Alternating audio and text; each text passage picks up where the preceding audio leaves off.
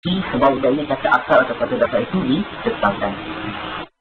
Puisi Ashrafuddin, Ashraf Dini, untuk sebiji mata kotak hitam, saya rasa tidak pas banyak sebab tadi bilang saya kalau saya menulis ataupun orang suka ataupun saya memberi pujian kepada sajak-sajak macam ni lah, sebiji mata ataupun sajak hitam, sebab dia terlalu teliti main dengan image dan pemilihan diksi.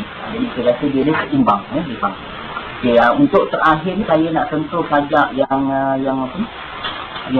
panjang, sajak kotak hitam pun sebab sama ada macam mana buku ni, halaman 177, 178 dan 179 hingga 180, adakah satu tak ataupun sajak oleh berapa orang penulis sebab tak ada nama penulis. Jadi saya tak pasti nak memberikan penekanan yang macam individu. Okay, cuma apa yang saya sentuh ialah tentang sajak yang pada halaman 177, 178, 179 dan 180 ni, sajak inilah sajak berbentuk. Sajak ini ditulis oleh Ashraf Dini, oleh seorang penulis. Sajak ini sajak naratif. Untuk menulis sajak naratif, kalau dalam konteks sebagai seorang penyair Islam, tolonglah baca karya-karya Jalaluddin Rumi. Bagaimana Jalaluddin Rumi itu mengwujudkan naratif ataupun pemikiran dalam sesuatu isu. Sebab begitu juga dengan Iqbal. Dia menceritakan sesuatu itu dengan cukup halus.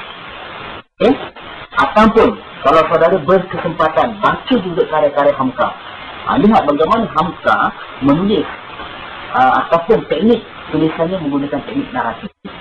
Dia tidak mahu masukkan benda yang bukan-bukan. Itu maksud saya. Sebab dia menjurus. Dia katakan nak bercakap tentang iman. Maka persoalan tu sampai akhir, walaupun karya itu cecah hingga 100 halaman, tak akan lari daripada nuansa iman itu. Jadi ini saudara kena hati-hati. Tapi dalam sajak yang terakhir ni, sajak panjang kotak hitam, pertama sekali definisi untuk kotak hitam pun tak berapa jelas. Kotak hitam ni tadi.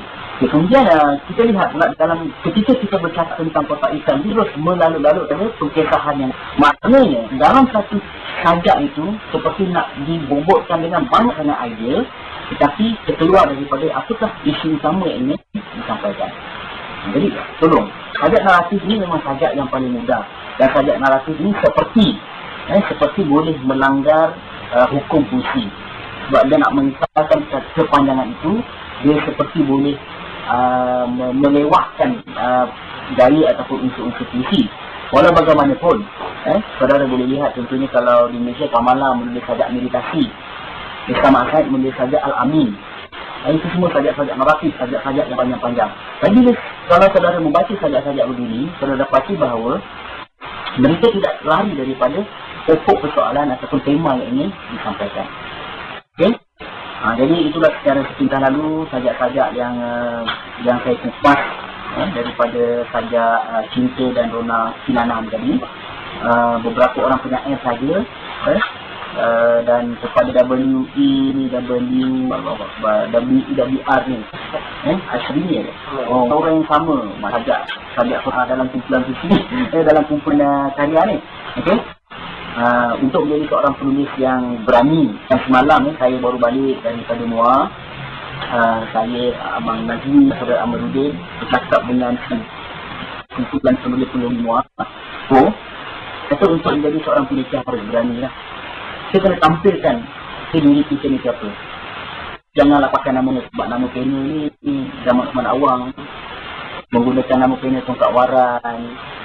Kemudian nama-nama penulis yang menggunakan nama pena ni sebenarnya dah berlalu lah. Kita harus berani, kita harus jati diri, kita harus bersedia dengan apa sahaja yang kita lakukan sebab kita apabila kita memilih untuk menjadi seorang penulis, maka semua itu akan dipertanggungjawab kita. Janganlah jadi orang yang maling batu sendiri tangan. Kita bisa, tapi kita takut. Faham kan dalam surah ataupun kita boleh merujuk dalam surah Asy-Syu'ara ayat 224 hingga 227. Peringatan oleh Allah SWT tu. Bahawa penyair itu ialah, ataupun ayat yang lebih masuk ialah, penyair ini terdiri daripada orang-orang yang sesat. Dia tak cakap jujur.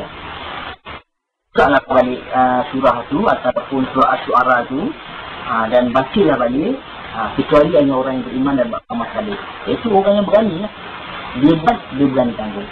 Jadi kalau kita nak mengkritik dalam puisi kita atau dalam karya kita, harus kita berani menyatakan kita. Itu yang sebaliknya. Isbat, ambil konsul, tak apa sampai mati. Ini sebuah apatah lagi dibesan dengan nuansa Mesir, kuat dengan konsep jihadnya itu. Dan Jordan ataupun di mana, jadi pertahankanlah konsep baik itu. Belajar menjadi seorang yang berani untuk membetulkan kebenaran. Jadi saya rasa hampir setengah jam lebih terceram.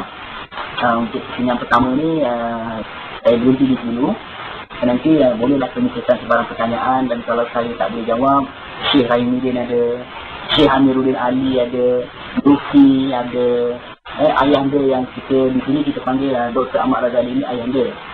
Sebab dia orang lah yang menjadi guru kita di sini untuk memantau, membantu dan memberikan nasihat atas kesilapan-kesilapan yang ada lakukan ni. Jadi sama-sama nanti selepas ini kalau berkongsi pengalaman, kita sama-sama boleh selesaikan masalah saudara. Sekian wabillahi taufiq wal hidayah. Assalamualaikum warahmatullahi wabarakatuh. Okey, kita buka sesi soalan jawab disebabkan Sejak Osman pun dia berunsur kan. Kita tak nak bagi dia jalan-jalan lah, jadi betul-betul tidur. Jadi siapa yang nak soal, tidak soal ada, ataupun kami tak dengar. Sebab kalau ada yang bincang